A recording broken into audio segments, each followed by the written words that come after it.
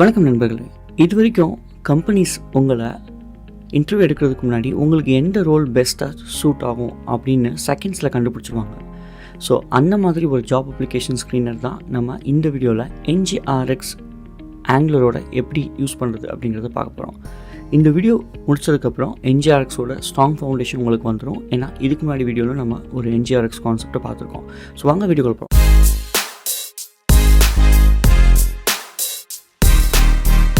நம்ம ப்ரீவியஸ் வீடியோவில் இந்த மாதிரி ஒரு அப்ளிகேஷனில் பேங்கிங் எக்ஸாம்பிள் பார்த்தோம் இல்லையா? ஸோ கொஷின்ஸ் கேட்கும், நம்ம ஆன்சர் பண்ணணும். ஆன்சர் பண்ணதுக்கப்புறம் இந்த மாதிரி டேட்டா ஸ்டோர் ஆயிரும். நீங்கள் நெக்ஸ்ட் போகலாம், ப்ரீவியஸ் போகலாம், ஆன்சர் சேஞ்ச் பண்ண முடியும். ஃபைனலாக எல்லாமே முடிச்சதுக்கப்புறம் அந்த டேட்டாவை பேஸ் பண்ணி உங்களுக்கு வரும். இப்போ நீங்கள் இந்த ஸ்டேட் மேனேஜாக இருக்கும், பின்னாடி போனீங்கன்னா இதை மாத்திரம் இங்கே மாறுது பாருங்கள். ஸோ இந்த மாதிரி ஸ்டேட் மேனேஜ்மெண்ட்டை, அதாவது ஒரு கண்டென்ட்டை அக்ராஸ் தி அப்ளிகேஷன் எப்படி யூஸ் பண்ணுறது. அக்ராஸ் அப்ளிகேஷன் என்ன அர்த்தம்?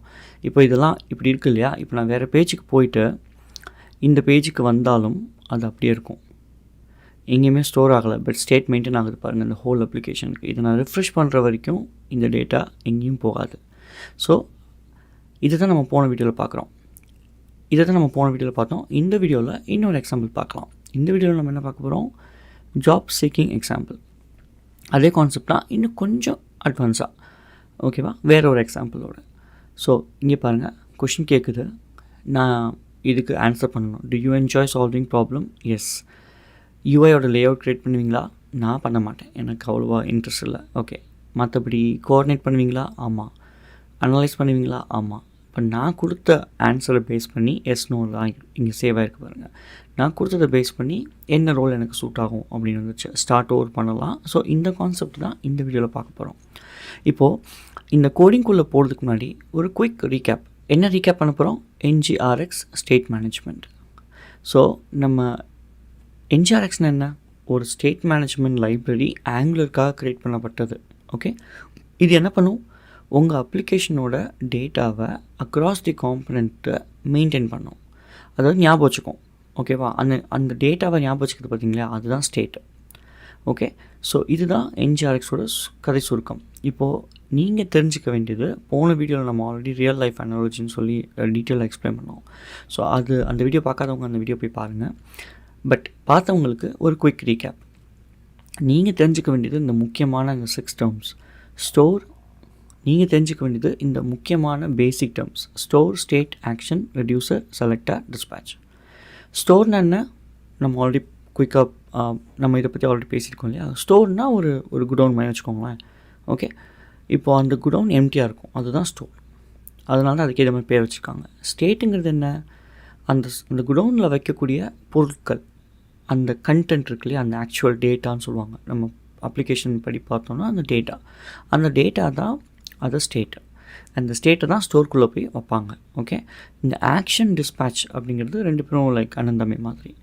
டிஸ்பேட்ச்னால் ஒரு ஆக்ஷன் என்ன? ஒருத்தவங்க ஏதோ பண்ணுறாங்க, அதாவது யூசர்ஸ் ஏதோ பண்ணுறாங்க, அந்த ஆக்ஷனை டிஸ்பேட்ச் வந்து எடுத்து கொடுக்கும், அதாவது கலப்பி விடுன்னு வச்சுக்கோங்களேன். இப்போது இந்த ஆக்ஷன் தான் ஒரு மெசேஜ் மாதிரி, அது ஒரு மெசேஜ் கேரி பண்ணும். ஓகேவா? ஸோ இந்த ரெடியூசருங்கிறது என்ன? இந்த ஆக்ஷன் எப்போ தான் நடக்குதோ, இந்த ரெடியூசருங்கிறது என்னென்னா, அந்த கண்டென்ட், அந்த டேட்டா இருக்கு இல்லையா, அந்த டேட்டாவை போய் அப்டேட் பண்ணும். ஒரு உதாரணத்துக்கு, அந்த ஸ்டோரில் ஒரு 10 பருத்தி மூட்டை இருக்குன்னு வச்சுக்கோங்க. ஒரு யூசர் என்ன பண்ணுறாருன்னா, ஒரு பருத்தி மூட்டையை எடுக்கணும்னு ட்ரை பண்ணுறாரு. ஸோ அதுதான் ஆக்ஷன். ஓகே. இந்த ஆக்ஷன் செஞ்சோடனேயுமே இந்த ரெடியூசர் என்ன பண்ணணும்னா, போய் அந்த பருத்தி மூட்டையை 10க்கு பதிலாக 9 அப்படின்னு சொல்லி அப்டேட் பண்ணிடும். ஏன்னா ஒரு பருத்தி மூட்டையை எடுத்தாச்சு இல்லையா? சரி, இப்போ இந்த ஹோல் ஸ்டோரியில் யார் எடுத்துகிட்டு வந்தது? அவர் தான் செலக்டர். இந்த செலக்டருங்கிறது என்ன?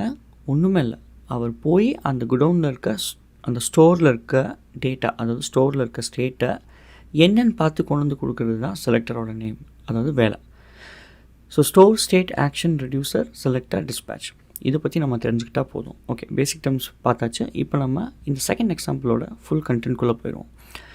நீங்கள் இந்த ஸ்லைடில் இருக்க எல்லாமே நான் போன வீடியோவில் டீட்டெயிலாக எக்ஸ்பிளைன் பண்ணியிருப்பேன். ஸோ பார்க்காதவங்க மறக்காமல் அந்த வீடியோவை போய் பாருங்கள்.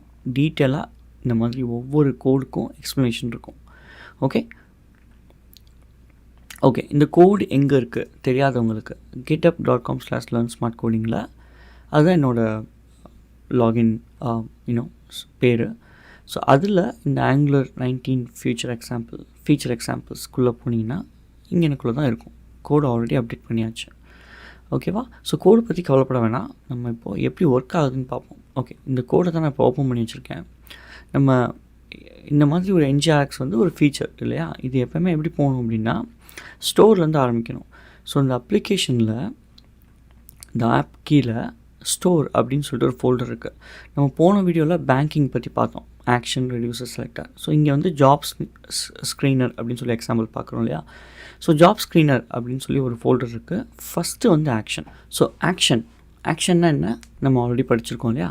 ஸோ ஆக்ஷனுங்கிறது இந்த ஸ்டோர் கீழே வருது, இந்த NgRx ஸ்டோர் கீழே வருது. இந்த ஆக்ஷன் இப்படி தான் ஃபஸ்ட்டு ஒரு ஆக்ஷன் க்ரியேட் பண்ணுறோம். அந்த ஆக்ஷன் என்னென்னா ஆன்சர் ஜாப் கொஷின்ஸ். நம்ம கேட்குற கொஷின்ஸ்க்கெலாம் நீ ஆன்சர் பண்ணு. அப்போ நம்ம சேவ் பண்ண அந்த ஆக்ஷன் என்ன பண்ணும் அப்படின்னா ஒரு கொஷின் நம்பருக்கு ஒரு ஆன்சர் சூஸ் பண்ணியிருக்காங்க. ஸோ இதில் கொஷின் நம்பர் ஆன்சருங்கிறது தான் அந்த ஆக்ஷனோட ஒரு ரிசல்ட்டுன்னு வச்சுக்கோங்க. ஒரு ஆக்ஷன் பண்ணப்போ அதில் என்ன இன்வால்வ் ஆகிருக்குதுல கொஷின் நம்பரும் ஆன்சரும். ஸோ ஒரு ஆக்ஷன் க்ரியேட் பண்ணுறோம், க்ரியேட் ஆக்ஷன் சொல்லிட்டு அதுக்கு ஒரு நேம் கொடுக்குறோம். ஓகேவா? இந்த நேமில் இது ஏன் எப்படி கொடுத்துருக்காங்கன்னு நீங்கள் யோசிச்சிங்கன்னா இது ஒரு சின்டாக்ஸ் மாதிரின்னு வச்சுக்கோங்களேன், ஸ்டாண்டர்ட்ஸ். ஓகே, இந்த மாதிரி ஸ்கொயர் ப்ராக்கெட் கீழே அந்த ஃபீச்சர் நேமை கொடுத்து அதோட எக்ஸ்பேன்ஷன் கொடுத்தோம் அப்படின்னா இந்த ஆக்ஷனோட நேம். இப்படி ஒரு ஆக்ஷன் க்ரியேட் பண்ணியிருக்கோம், அதுக்குரிய நேம் தான் இது. கமா கொடுத்து என்ன இது கொண்டு போகுது அப்படிங்கிறது கொடுக்கணும். ப்ராப்ஸுங்கிறது ப்ராப்பர்ட்டிஸ். இந்த ப்ராப்ஸில் என்ன இருக்குது? ஒரு ஆப்ஜெக்ட் இருக்குது. அந்த ஆப்ஜெக்டில் கொஷின் நம்பர்னு ஒரு ப்ராப்பர்ட்டி இருக்குது, ஆன்சர் அப்படின்னு ஒரு ப்ராப்பர்ட்டி இருக்குது. அவ்வளோதான். இது ஒரு ஆக்ஷன். அது மாதிரி இன்னும் 2 ஆக்ஷன் இருக்குது. இந்த ஆக்ஷன் என்ன பண்ணுது? எந்த ப்ராப்பர்ட்டியும் கொண்டு போகல, பட் ஒரு ஆக்ஷன் இருக்குது, அதுக்கு நேம் கொடுத்தாச்சு. அதாவது ப்ரீவியஸ் பட்டன் கிளிக் பண்ணால் அது ஒரு action.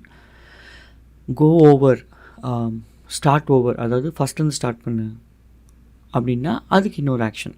Okay, reset job screen ஒரு ஆக்ஷன், அதுக்கு பேர் மட்டும் தான் இருக்குது. இதுக்கு எதுவும் கொண்டு போகல. ஏன்னா அந்த ஆக்ஷனே என்ன பண்ணுது?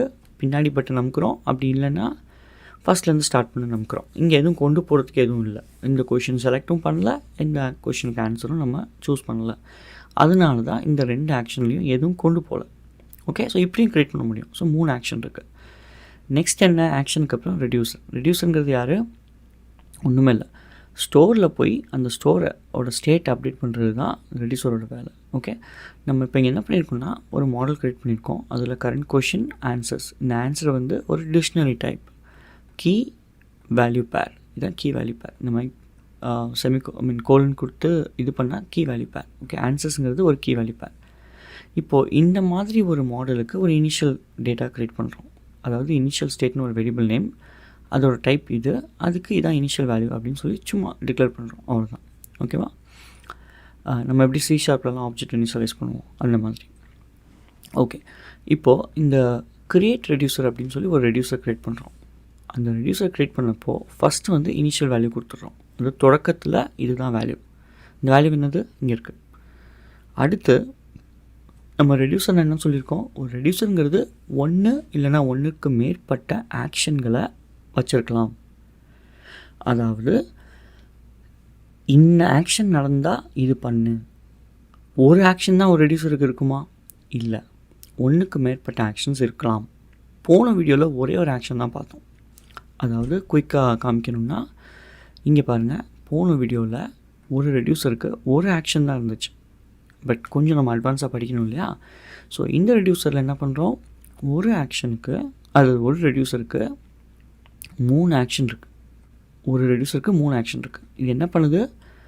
ஆன் அப்படி தான் ஆரம்பிக்கணும். ஓகே, அது சின்டாக்ஸ் மாதிரி.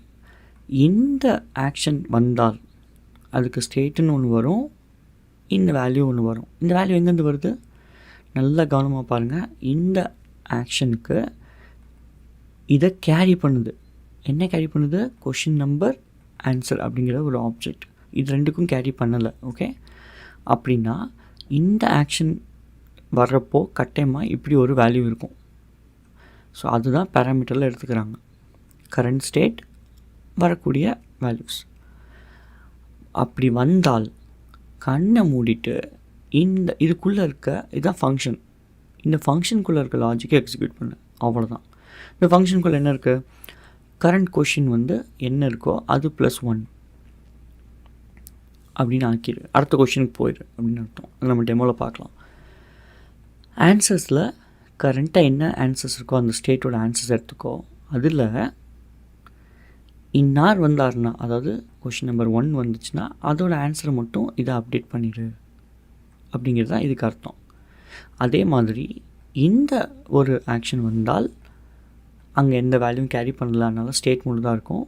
இந்த ஸ்டேட் எடுத்துக்கோ, இந்த ஆக்ஷன் வந்தால் இதை பண்ணு. இது என்ன பண்ணுது, இப்போ நம்ம ஃபஸ்ட் கொஷினில் இருக்கோம், ப்ரீவியஸ் பட்டன் இருக்கக்கூடாது, கிளிக் ஆகிருக்கக்கூடாது இல்லையா? அப்படின்னு என்ன அர்த்தம், 1ஆவது கொஷினில் இருக்கப்போ எப்படி 0th கொஷின் போக முடியும்? ஸோ அதுதான் இந்த லாஜிக். பட் 2வது கொஷினில் இருக்கப்போ 1ஆவது கொஷின் போக முடியும், 3ஆவது கொஷினில் இருக்கப்போ 2ஆவது கொஷின் போக முடியும்.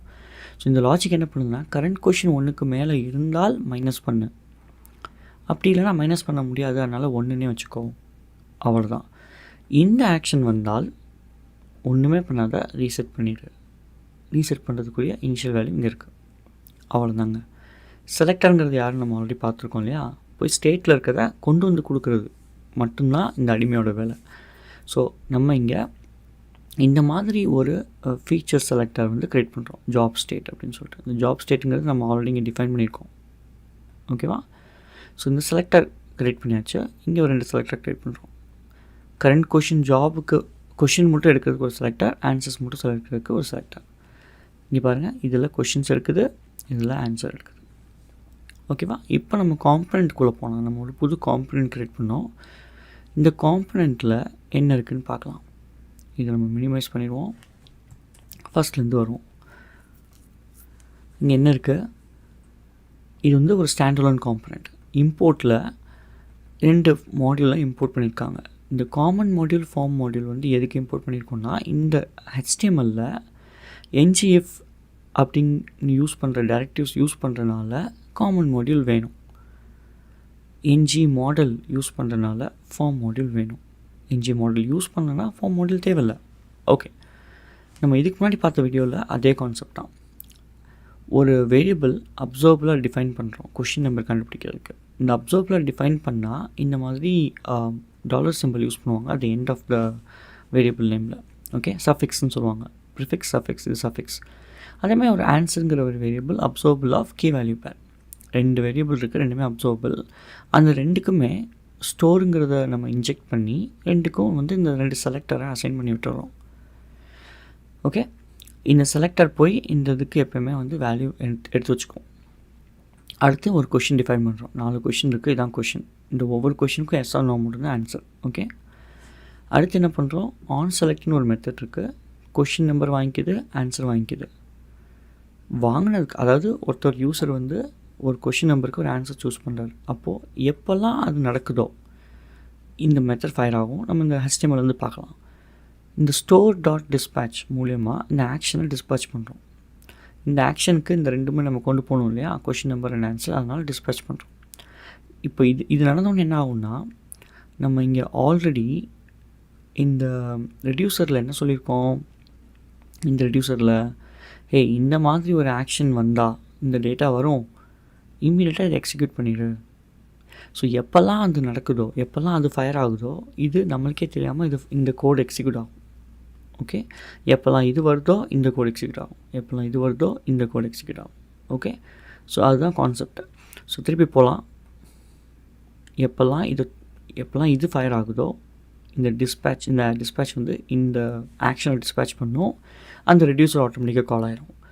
கோ பேக்னு ஒரு பட்டன் இருக்குது, அதுக்கு ஒரு டிஸ்பேட்சு, அந்த ஆக்ஷனை கால் பண்ணுறோம். ரீசெட்னா அதுக்கு ஒரு டிஸ்பேட்சு, அதுக்கேற்ற ஆக்ஷனை கால் பண்ணுறோம். 3 ஆக்ஷன் இங்கே கவர் ஆகிடுச்சு.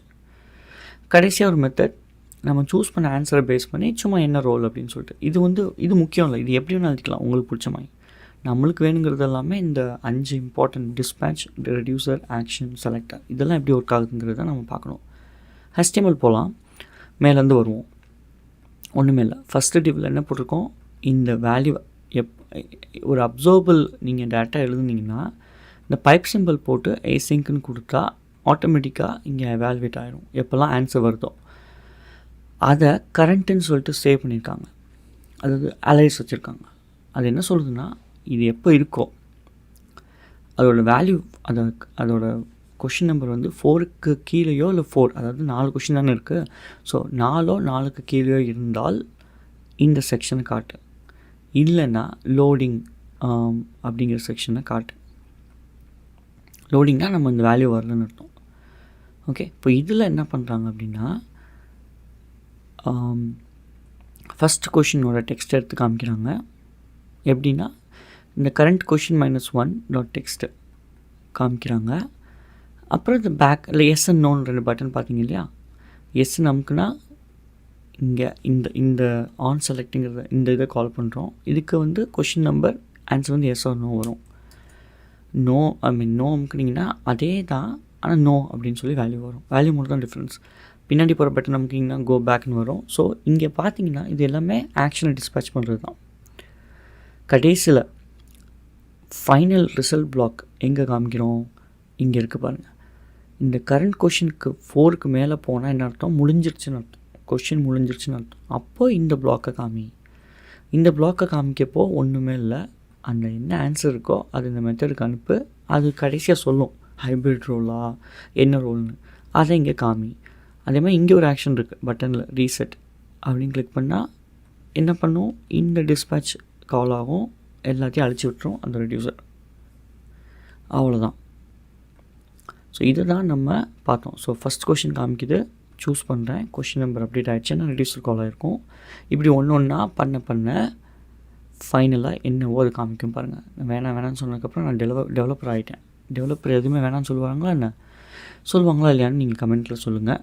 ஆல்ரைட், ஸோ இதுதான் நம்ம NgRxோட செகண்ட் பார்ட்டு. கொஞ்சம் அதிகமாக படிச்சிருக்கோம் ஃபஸ்ட் பார்ட்டை விட.